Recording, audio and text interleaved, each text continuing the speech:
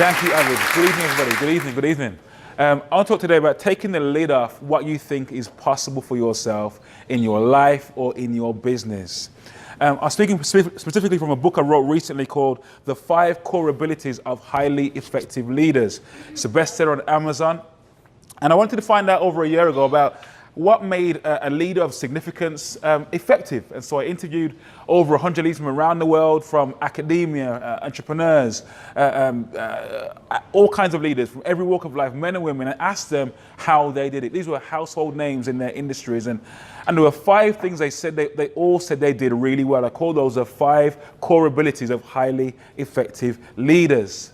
And so number 1 today, guys, how do we lift the lid on what's possible for ourselves in our business, in our life, in our personal world? Number 1 is this. All these leaders were able to have, or they created a compelling vision for their lives or their businesses. They were the ability to create and communicate, rather, a compelling vision. A compelling vision. So what's the vision? The vision is your picture of your preferred future. When I was about 19 years old, I started my first business. I'd actually been on probation. I've been a naughty boy, and you read my story in one of my books, perhaps. And I was sent to a place in Handsworth owned by an old Irish guy called John Holcroft. And John was about so tall. He had kind of grey silver hair, passionate, fiery Irishman, you know. And John just believed in me. He said, "Errol, you're different, kid. There's something about you, Errol. You can be someone, Errol." And he believed in me. No one else did, but with his help, I began to turn my life around and start my first company. And John opened my eyes to this thing called apathy, this word called apathy. As a teenager, as a kid in inner city Birmingham, I had no idea what apathy meant. And he said, it's when you're going through life, Errol, and you're kind of shrugging your shoulders through life, like, you know, I'm just here. Like, you see your mates, like, what you saying, mate? What you up to? They'll be like, just here, you know, nothing's happening. That kind of apathetic spirit. And I recognized around me was this kind of thing, this virus of apathy. And I was walking down Soho Road one day, about 18 years old, and thinking about what John had said to me. Apathy. Looking around in my community, kids who were struggling, who were going nowhere, had no hope, no direction, no purpose, and had this vision in my mind's eye. I call it an encounter with God, because it felt like an encounter with God. And I wasn't even a person of faith at this point in my life, but walking down the road, saying to myself, like, what can we do about this? And I had a vision, a picture in my mind's eye of a man standing behind a pulpit or like a stage, and thousands of people in front of me in this crowd, and he was speaking to them, changing their lives. And I said to myself, or to God, or to whoever, who's going to do that then? And a voice said back to me, you are. And I said, no, I'm not. That vision, that image never left me. And who would know that now I'd find myself as a best-selling author, speak to thousands of kids all around the UK and different parts of the world, doing what I saw in that vision. So what's your vision? If you maybe feel like you're stuck or stagnated in your business, in your work, in your life, might it be that you've lost sight of your vision? Might it be that you've forgotten about that picture of your preferred future you had back in the day, and now you're kind of at a level operating? And actually, I want to encourage you today to grab a hold of that vision again that you saw for yourself, for your life, for your family in those next 5 years, next 10 years. A vision has a way of propelling you into what seems impossible. A vision is the root of self-discipline. When you have a vision for your life, your vision dictates who you spend time with, where you go, who you talk to, what you read, how you eat even. The people you surround yourself with are all determined and dictated by your vision. When someone has a vision for their life gets very narrow. Because all of a sudden now you're so focused on achieving a goal and an objective that there are certain things you can't tolerate or allow into your space anymore when you have a picture of where it is you're going. And some of us have got to get that picture in our mind because we've been thinking too small. We've got to get a God-sized vision again of what it is we believe we're called to do. For our law firms, for our accountancy practices, for our families, for our businesses, I want to challenge and encourage us today to rethink that. Go and get another encounter with God if you need to, or the universe or whatever, and get a picture again of what it is you believe it is you are called to do. Because there's more, there's bigger, there's greater. The second thing is this. It's the ability to create and manage wealth. All the leaders I interviewed had the ability to create and manage wealth. I grew up in Perry Bar. My dad was a welder. My mom was a social worker. I lived on the Broadway, opposite Broadway school, up until the age of about 11 years old. So we were poor. We had hardly any money. And then my parents divorced at 11 years old, and it was just nothing but struggle. My mom and 3 kids trying to make it through, working 3 jobs, my mom was, to get us through it. It was very, very tough.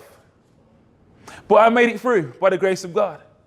And there were 3 things that I learned from these leaders that I also did in my life that helped me to turn around my financial situation. The first is this: you got to cultivate and protect your entrepreneurial instinct. You got to cultivate and protect your entrepreneurial instinct.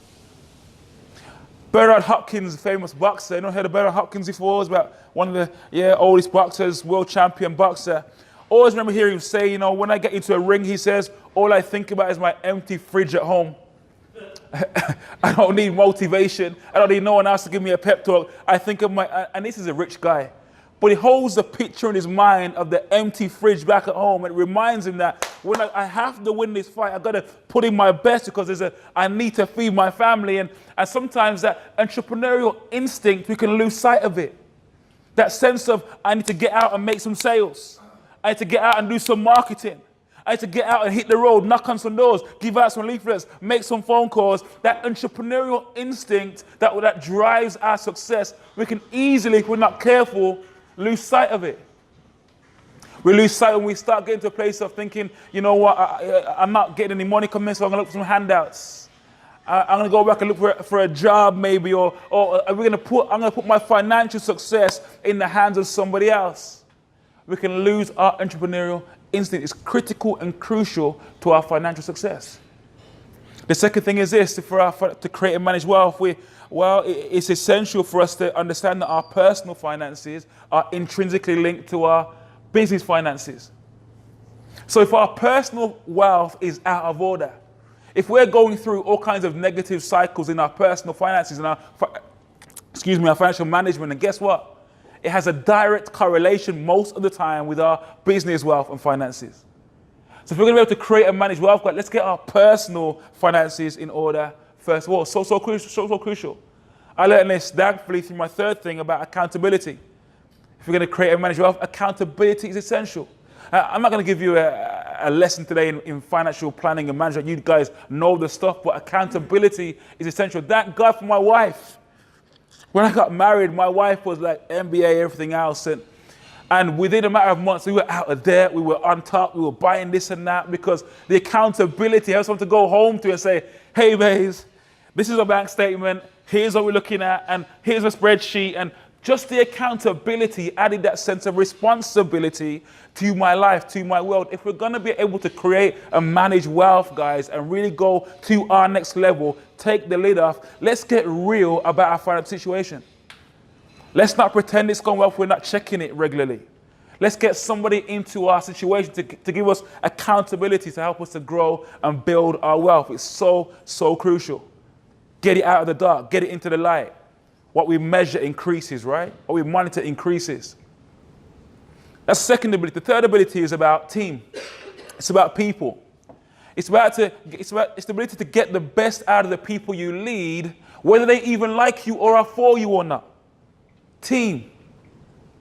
Essentially, there are 2 kinds of leaders of teams in the world. There's one that we call the diminisher. Think of your school teacher you hated the most at school. Someone whose class you went into, and whenever you're in their class, they were always condescending or demeaning, or they didn't value you, or didn't give you a chance to speak or express yourself. They're the kind of teacher who always kind of was rude or not supportive of you. That kind of teacher, that's a diminisher kind of leader. A diminisher is a kind of leader that says to themselves, I know everything. You all are my minions. You can listen to me and whatever I say goes. Forget what you think. It doesn't matter. We're going my way or the highway. And they diminish the ability and the capacity and the intelligence and the creativity of everyone else in the team and in the environment. And they become stooges. And actually we put a lid on what's possible. A multiplier kind of leader, on the other hand, though, is someone who says, you know what, I recognize that the collective intelligence of everyone else in this room is far greater than what I could do myself personally. And because I recognize that, I'm going to be intentional about bringing that out in everybody. I'm going to create spaces for honest and open discussion. I'm going to create space for you to be real with me about where we are, where we're going, how you feel, what's going on, what your ideas are. We're going to create open space for discussion and dialogue so everyone feels valued and included in the end result. Yeah, they may not follow whatever you say. They might not jump when you say jump, but they're going to at least listen and hear you with sincerity. They multiply everyone else in their organization. And guys, if we're going to be the kind of individuals that lift the lid on what's possible for ourselves, we're going to be those, multiplier kind of leaders that bring out the best, want the best for, determined to have the best, determined for everyone else in our team to succeed and be the best that they can be. That's the third thing. People, team. The fourth thing's about productivity. All of my guests I interviewed, they were able to focus on the key things and then eliminate or delegate the rest. Focus on the key things and then eliminate or delegate the rest. Just turn to the person next to you, please, for a moment and just say, stop. Say after me, say, stop. Look them in the eye, make eye contact and say, stop. With some energy and enthusiasm, say, stop. Wasting time. Tell me one more time. Say it again, say, stop. Wasting time. Stop wasting time. Stop wasting time.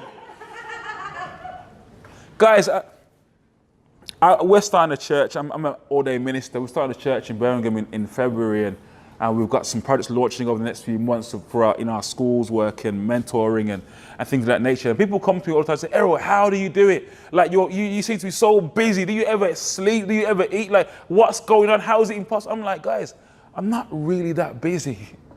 My life's full, but I'm not really that busy. The truth is that while you're watching Love Island, and while you're watching Coronation Street and EastEnders and TV and that, I don't watch TV. I use my time effectively. I manage my time wisely. I use my time in a way that is focused on what I need to get done. My life is dictated by my priorities, not by other people's passions or ideas or whatever. There are 5 things every day focus on. Number 1 is my faith. How can I grow my faith today? Number 2, my family. How can I grow, develop, improve, enhance my family relationships today? My fitness. How can I improve my health and fitness today? My finances. How can I grow my finance today? And then fun. How can I have some fun today? And everything in my life is dictated. You see, when you got a vision, you see, guys, oftentimes we're all over the place and we're distracted and we're over here, there, and then we're over there and we're procrastinating because we haven't really got a vision. We haven't got a vision. When you have a vision for your life, that you are so, it's a kind of, think of Nelson Mandela, 27 years in prison, right? Goes in because he has a vision for apartheid to end. And he's so compelled, he's so committed, so convicted by this vision that he says, I'll go to jail for it. I'll die if I have to. I don't care. And he's so convicted by the vision that he comes out 28 years later still holding on to the vision and gets up and then becomes the president of his country. Look at that. Like, how on earth? That's what vision does to you. That's what vision makes you do. It takes to levels of ability and capacity you can't even imagine. You get things that you never thought possible when you have a vision. You got to get a vision. Is your vision big enough? Is your vision scaring you? The last thing is about confidence. It's the ability to defy self-doubts and still lead with conviction. So they all had. I interviewed the guests. They said I could deduce from the conversations that they all had the ability to defy self-doubt and lead with conviction, regardless. See, there's something called the imposter syndrome, right? We chatted about it on our table a bit earlier. The imposter syndrome is this sense that we have. We go into a room and we feel like, I'm too small for this room. Why am I here? Surely there's someone else better than me to do this or to say this, or I'm not worthy, I'm not good enough. Surely, no, I can't do this. And that imposter syndrome can cause us sometimes to be paralyzed in fear. And we kind of, we cower into a corner. We become afraid to speak because we don't recognize the value on the inside of us. We've all been there. I've been there so many times. What I found in this though is that when you have that kind of feeling, and we've all had that feeling, actually when you walk towards that, what seems like a mountain at the time, you walk towards it, you recognize that mountain's only a hill. It's only a hill. And you walk to it and you overcome the mountain, and you see another mountain in the distance, and you walk to the next mountain, you go, that's only a hill. Actually, we're all human. These people breathe just like me. They bleed just like me. They have life and whatever. They're just like me. Actually, regardless of their titles and their status and their whatever, they're just human beings. And I can talk. We can do this. I want to encourage us today to step into our biggest challenges, to feel that fear and do it anyway. Feel that sense of, I don't know if I'm good enough, and do it anyway. You see, what you're thinking of, your vision might not be the thing, but it might lead to the thing. It's how life works. You can't steer a parked car, right? You can't move a parked car, but if you're progressing towards your vision, you might say along the way, you know what, I'm going to try something else. Maybe this isn't for me, but at least you stepped into it and you know that this might not be the thing, but what it leads to, the people you meet, who you connect with along the way, that might take you to the thing. But you got to keep moving. You got to keep moving. Got to take the lid off. Take the lid off. There's 5 things again. Number 1, you got to create and communicate a compelling vision. You communicate it when you do it with passion and believability and conviction and determination and sincerity, and people want to be a part of it. You got to learn how to discover how to create and manage wealth, accountability, personal finances. You got to be able to be productive, up your productivity, stop wasting time. The most precious commodity that we have. Manage your time around your priorities. Let everything else go to the side and start getting those things done. Taking action. And then you got to be confident, grow in that confidence. Step into those biggest challenges. Whatever it is that's in front of you right now, it seems impossible. Step into that thing with wisdom, with good counsel around you, but step into it. Have faith and believe it's possible. Guys, thank you for listening. I'm going to hand you back to Abid now. Thank you.